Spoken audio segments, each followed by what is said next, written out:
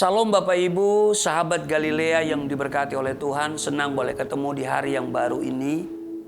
Saya terus berharap dan berdoa bagi seluruh subscriber Galilea Network dan seluruh sahabat Galilea yang setia mengikuti tayangan sahabat Galilea ini. Saya terus berdoa saudara berada dalam kondisi yang baik-baik saja dan tidak kekurangan sesuatu pun yang baik. Nah, satu ayat di dalam Mazmur 127 ayat pertama dikatakan begini. Nyanyian ziarah Salomo. Jikalau bukan Tuhan yang membangun rumah, sia-sialah usaha orang yang membangunnya. Jikalau bukan Tuhan yang mengawal kota, sia-sialah pengawal berjaga-jaga. Saudara, keberhasilan seseorang dalam menjalani hidup ini sangat ditentukan oleh berbagai faktor yang mendukung.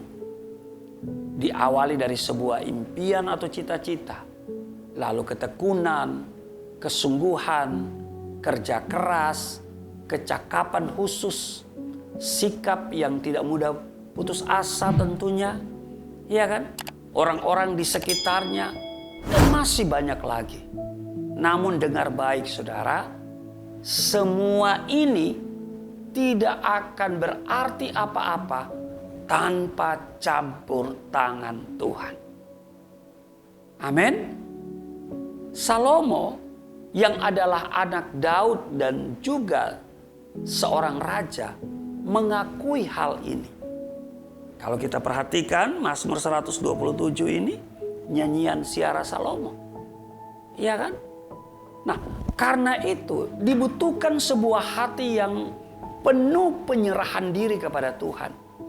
Hati yang senantiasa melekat kepadanya. Dan hati yang senantiasa selaras dengan kehendak Tuhan. Itulah yang akan menuntun seseorang kepada sebuah pencapaian cita-cita, impian, dan harapan.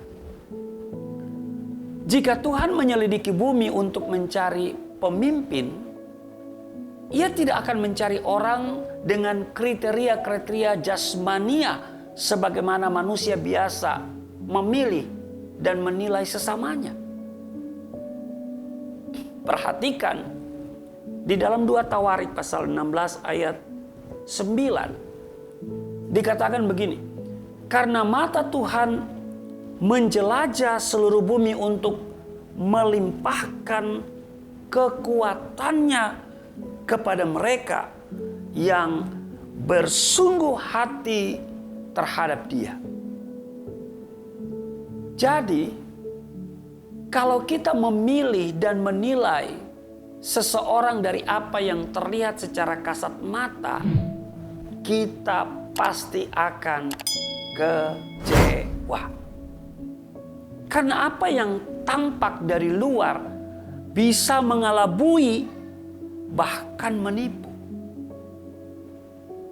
Saudara, saat Tuhan mencari pemimpin, Ia hanya mencari orang-orang yang memenuhi kriterianya, yang memiliki kualitas tertentu seperti Ia temukan dalam diri Daud, Raja Israel.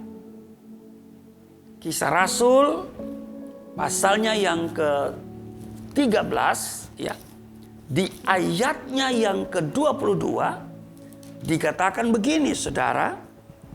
Ayat 22. Setelah Saul disingkirkan, Allah mengangkat Daud menjadi raja mereka.